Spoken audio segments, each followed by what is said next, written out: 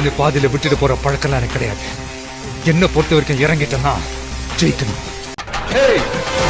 நீ சொல்லுவ, நான் செய்வேன். நான் அடுத்தவன் பிரச்சனைய தோடுறது கூட இல்ல. ஆனா ஆட்டம் கோதா போட்டி பந்தேன்னு வந்துட்டா சும்மா சொல்லி அடிப்பேன், கில்லி கில்லி மாதிரி. முடிவு பண்ணி இறங்கிட்டேன், ஃபீல் பண்ண மாட்டேன், பேக் அடிக்க மாட்டேன். ஒன்ஸ் பிக்கப் ஆன ஆனதான் போய்கின்னே இருப்பேன்.